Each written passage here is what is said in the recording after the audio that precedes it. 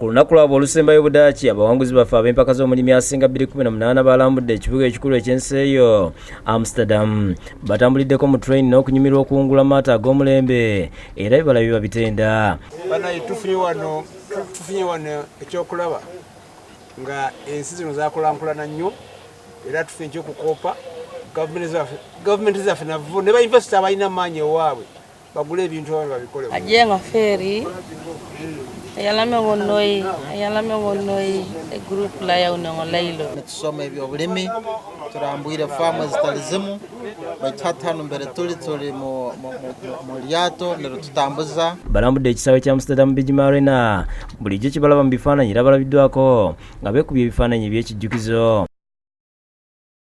Oluvannyuma balambudde kkooti y'ensi yonna Hague ng'ene baanaamiriza. Elaine Mike, omu ku balambuzi abalimi baffe Budaaki, abayuzayuzizza olw'okuwangula n'omukisa gwe bafuna era n'abakuutira bibalabye okubissa mu nkola. Good network in the Dutch private sector who interact with the private sector in Africa. So that's why the Netherlands embassy asked us to organize the trip. And we do it with tremendous satisfaction. Basitudde okudda Uganda era ku kisaawe Kinyentebe batuuse ku saa 10 ez'ekiro nga baaniziddwa ab'enganda zaabwe obwedda abalindidde musanyu. Twogeddeko nabo ne batubuulira bibalabye ne bibasuubira okukola okulaba nga batumbula emirimu gyabwe. Naye kati bwenkomyewo njagala ku compare notes.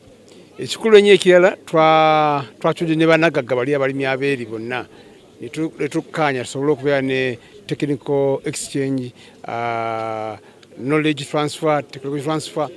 Muganda alina olugero lugamba nti ziva muntu uyo. Bali abantu bakozi nnyo, tewali shortcut. Olina okubeera omukozi, mulina okwagala emirimu gyammwe. Abamu bagamba nti okusinza ku kibalabye balina okuddayo bongere okubanguka mu bulimi n'obulunzi. Akulira ebyobulimi ku kitebe kya Budaaki mu Uganda, Josephat Byaluhanga, akubiriza abalimi abalala okwetaba mu mpaka z'omulimi asinga ez'omwaka 2019 nabo bawangule. Singa byabadde biyitirivu kati ngamba abo Abannayuganda abadye abatulaba nti competition ya best farmers ekyagenda mu maaso banange mugyetabemu. Rogers Akanyijuka ne Sulaiman Mutebi byakusakidde gwe ku Bukedde TV.